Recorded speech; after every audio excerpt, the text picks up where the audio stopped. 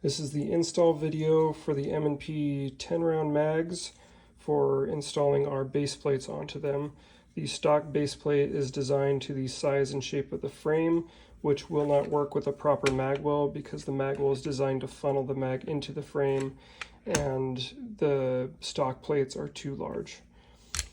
The stock 10 round magazines are designed so that the rails go inward instead of outward like a typical magazine, and then the rest of the magazine is the actual plate itself.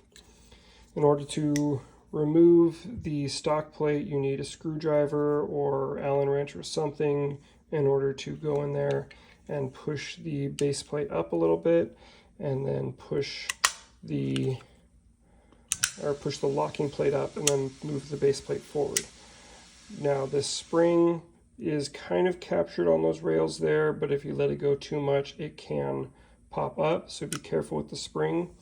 And then you want to take our base plate, which just basically extends that magazine body in order to get the proper length. We have large cavities on the inside of it to reduce the weight because these are a machined aluminum part. And you want to push that locking plate down, get it started. So that's how that spring can pop up. So work the spring back down, hold it down good,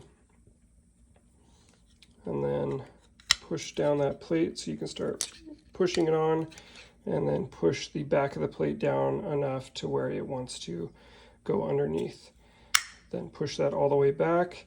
Now that one locked in just fine. It's nice and tight now. Don't have to worry about it. If it doesn't want to lock in right away though, take your screwdriver and kind of work that plate around a little bit until the knob goes into that the hole inside of the base plate itself. So this one is for the full size. The actual magazine body themselves are the same for the full size and compact, but the plate matters because the full size plate is obviously a different length than the compact plate. So for the full size mag, goes in there, works just fine. This is the Kraken design on a 5-inch slide with our commander porting. And this was cut for the Steiner MPS. Same thing for the compact. This is actually a full size plate on here. Push that down. Make sure you're holding that spring and everything good.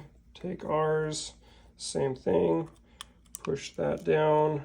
Let's start to feed it on, and then push that plate down enough to get it to slide all the way back. That also popped in perfectly, so no issues there. And that is for the compact. This is the Kraken Full Serrations design with our enforcer porting.